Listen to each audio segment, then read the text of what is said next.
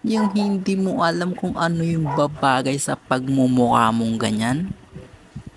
Yung tipong hinahanap mo yung perfect shape, yung perfectong design sa pagmumukha mo, sa buhok mo, sa ayos mo.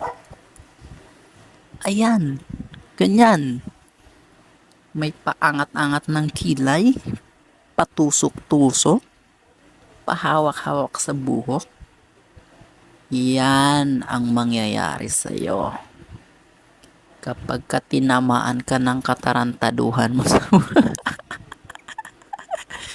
Oy, pero guys ha, sinasabi ko sa'yo, ang video na to ay napaka-boring guys dahil boring ako dito sa bahay.